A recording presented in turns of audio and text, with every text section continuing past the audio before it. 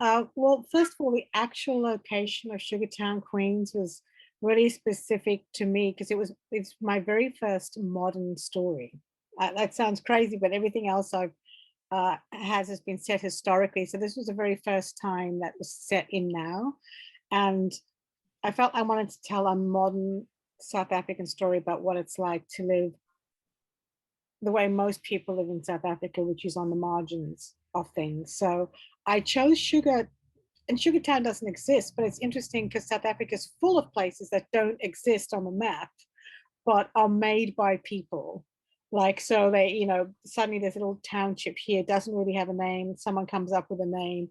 And it's not, they're not formal settlements. And that really interested me because it's just the way people have to get on with their lives. Buying into a city is really hard. So, and my big part of my family comes from Durban, and Durban's full of sugar fields all around it. It's like most of South Africa, ungodly beautiful, but also quite brutal. And that's the juxtaposition of South Africa for me. And I'd gone through, just driven through a number of these sort of informal settlements, and one of my cousins lived in a more formal settlement outside of Durban that was set up for mixed race people. So this idea of people always being separate from each other is very South African. So I set it, I made up this place. I thought, oh yeah, it'll be outside of a major city, because part of what you grow up with if you're in South Africa and not in the city is this tremendous sense of distance that is physical and psychological.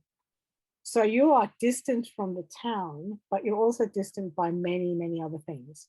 Like, you can't rely on somebody, you have to do buses. If you want a car, you have to you have to go to your cousin who has a car and beg a car. There's a whole series of interactions. So for my girls, it also feels very much based on my childhood that the feeling of being settled into these places is very physical. They're not places you can just run out of and escape because all around you are sugar fields. And so the escape has to be very psychological. You have to think about, how am I going to get out of here? You don't just walk out, you have to have a plan to get out.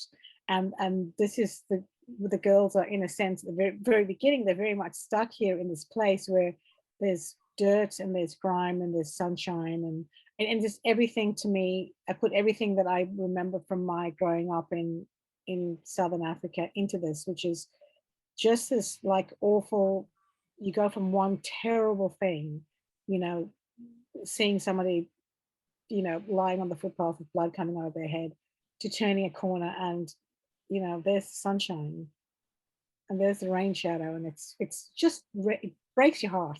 Absolutely breaks your heart. But I wanted to set it there because for me, it's a very rich territory, and it was a rich place for my characters to grow and make decisions.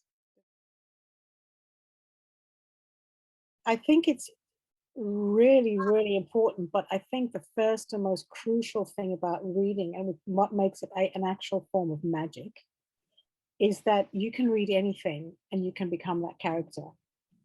You know, like, what's fantastic now is I get an opportunity to read about people that look like me, who have families like mine. But long before that, frankly, most people of color or Asian, we didn't have an option. When we read, we identified. And it's amazing, it worked. Like, I went to the Sydney Writers Festival a number of years ago, and the Alice Walker was being interviewed. She's a, as you know, Black American female author, and she was asked this exact same question. And she said to the interviewer, "Listen, honey, when I read Jane Eyre, I was Jane Eyre."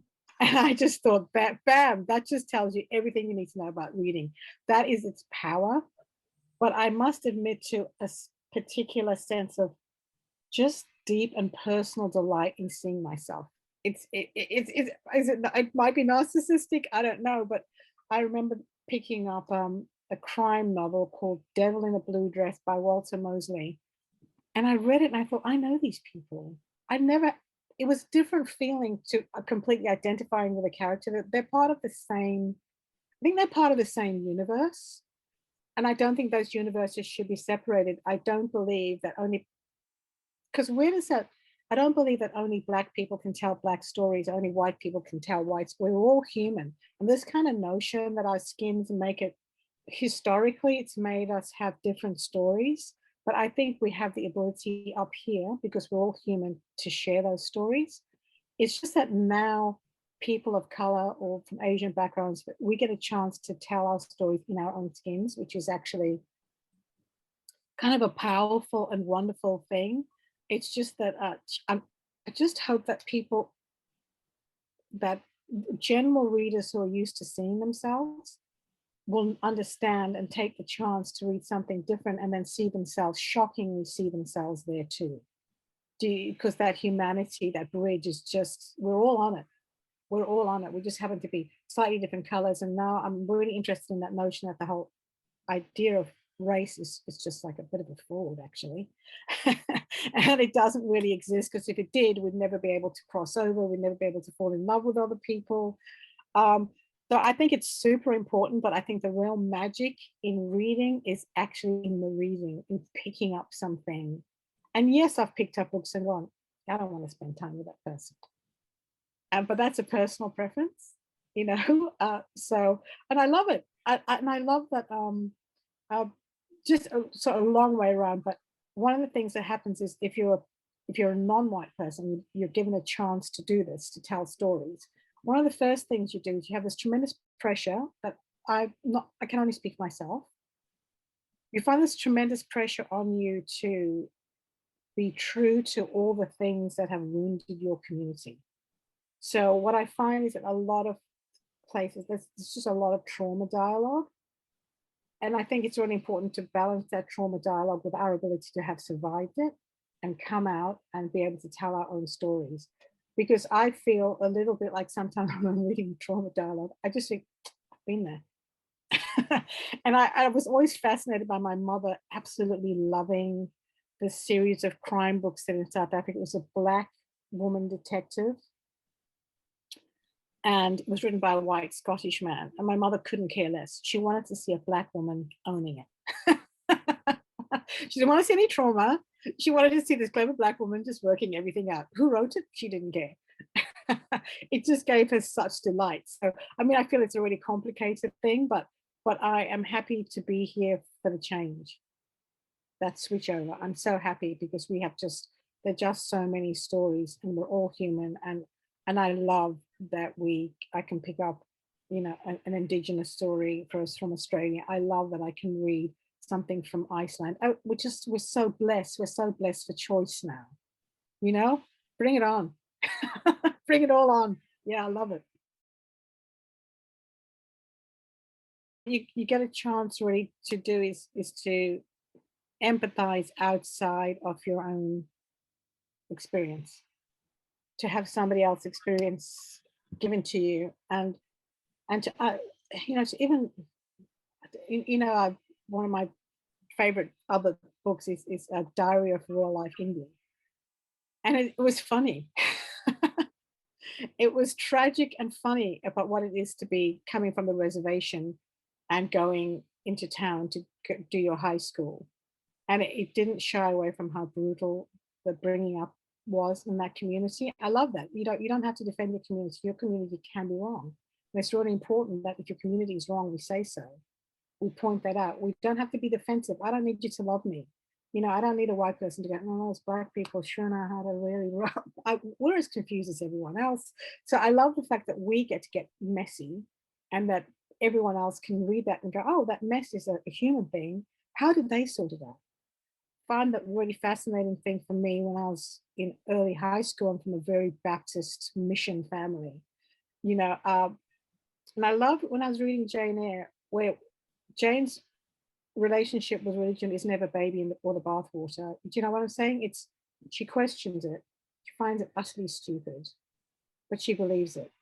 It's a conundrum, but she doesn't believe in religion without joy and without love. And that was for me, it was like, oh, you can actually say, I don't like that. That's stupid. That's ridiculous, but I like that. It's that I love it. Books give us this way to see how other people deal with things that might be in our lives. And it's up to us really. Do we take the lesson? Do we make the choice? But change is a tremendously hard thing. But like I said, that's why books are literal magic. they're like magic to me because they give us these kind of fantastic tastes. Do we change? They can really shape who you are. The first time I read Devil in a Blue Dress, set in Los Angeles, it was a black soldier who comes back and becomes a private detective. Did that have anything to do with me? But just the reading of it convinced me that the world would be interested in stories I had to tell. So it completely, totally changed the way I viewed my stories as being sort of sideline hustles. Maybe people read them, maybe they won't. I don't know. It's about black people. Who cares? And he was so confident. He was like, "Oh yeah, you care. You care because my characters are fantastic, and you care because I'm telling you the story." And in every campfire around every place in the world, there was someone telling a story. I just think it's this glue, this magic glue for us. So yes, we can read and we can see different ways of doing things, seeing things. It can teach us stuff. It can also really depress us, which I was really against trigger warnings, but now I sort of understand them. Having wandered into a couple of books and gone, oh, because I wasn't ready to face that. YA is a fantastic genre for me because it gives us a chance to tell fantasy stories. But it also gives us a chance to understand that youth and childhood is not a golden age for everyone. That growing up is actually a really hard thing to do, and that lots of people have to navigate lots of. I mean, I knew girls in high school that had a drop. This is way back in the day. Girls in high school, one girl, she dropped out when she was 15 to get married. That's in my lifetime. And then the next time I saw her, she had 3 kids, and her husband was like 70. This is in Perth. So for me, I just think it's important that we kind of go, we all want an escape. We all love escape stories. I devour them. But I think YA is just this fantastic thing to reflect back at people. Hey, you know what? It's hard for some people. Some people have to really work at this growing up thing. And all power to them. And they have to be there. They have to be represented, you know. So I think that's what I feel. I feel really good about being in YA and writing about people of color because I think there's like a mirror effect there where, and for others too, where you go, oh, it's not, yeah, it's not ideal, it's not golden.